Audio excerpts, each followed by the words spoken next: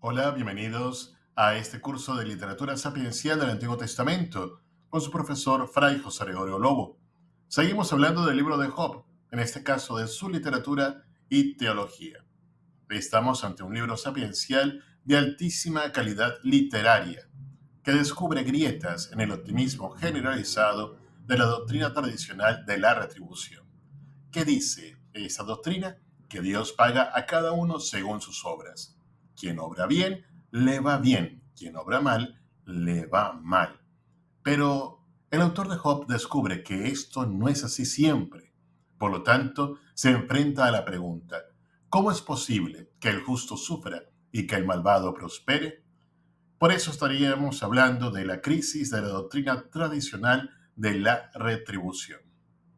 ¿Cómo se divide el libro de Job? Tiene un prólogo, que son los primeros dos capítulos. Luego viene una serie de diálogos, unos diálogos de Job con sus amigos. Luego otra sección que se llama Diálogos de Eliú. Finalmente con los diálogos divinos y cierra con un epílogo. Originalmente, la obra podría estar constituida solamente del prólogo y el epílogo, que tienen similitudes en su estilo y en su teología. Posteriormente, se fueron añadiendo los discursos para poder reflexionar en torno al tema de la retribución divina.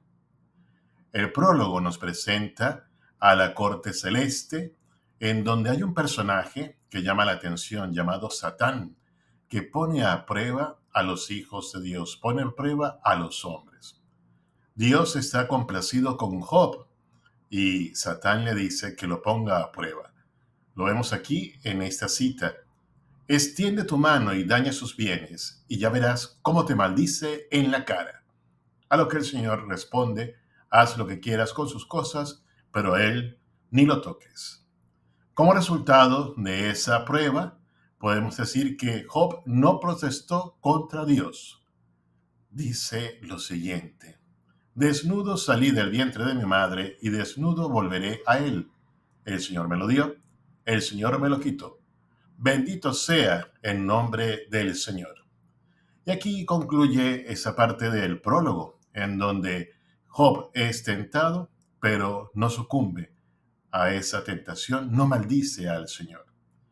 A partir del capítulo 3 comienzan a entrar en escena los amigos de Job, que tienen un diálogo con él y le van haciendo entrar en razón, diciéndole que debe aceptar lo que le está pasando, que algo malo él ha hecho, porque Job sostiene su inocencia. Él se mantiene en esa situación en la que dice que él no ha pecado. Comienza esta parte de los diálogos con esta frase de Job, que abrió por fin la boca y maldijo así su día. Muera el día en que nací y la noche que anunció se ha concebido un varón. Maldice su nacimiento, pero sigue sin renegar a Dios, sin maldecir a Dios.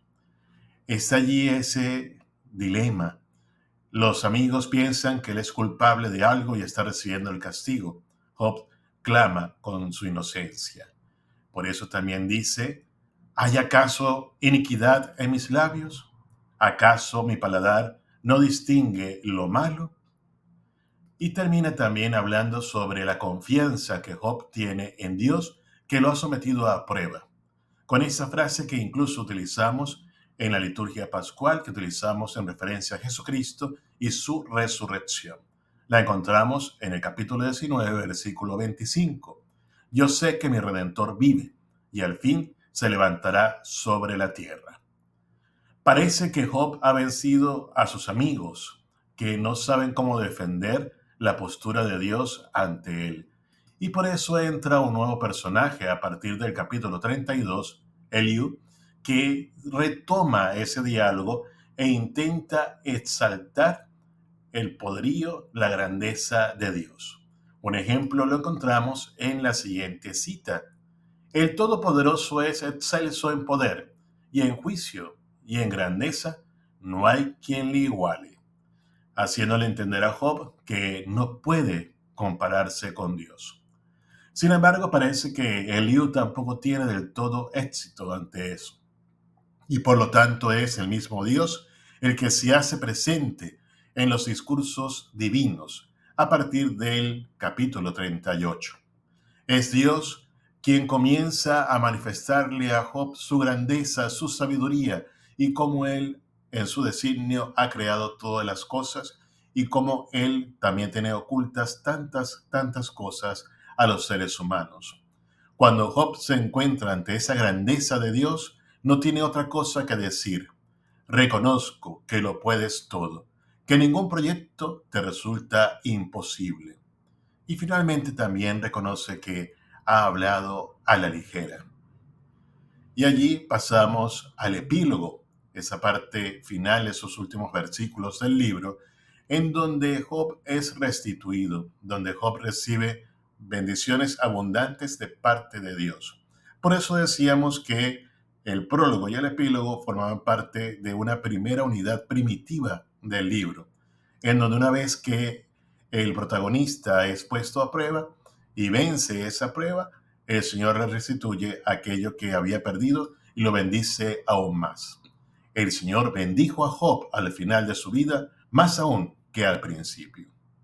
Este libro, en definitiva, nos enseña que la respuesta ante el mal que sufre el justo no es sencilla, no es fácil, no hay una respuesta concreta, pero que como Job hay que mantenerse confiado en Dios y reconocer su grandeza y saber que, como nos diría San Pablo, todo lo que sucede en la vida del creyente es para su salvación.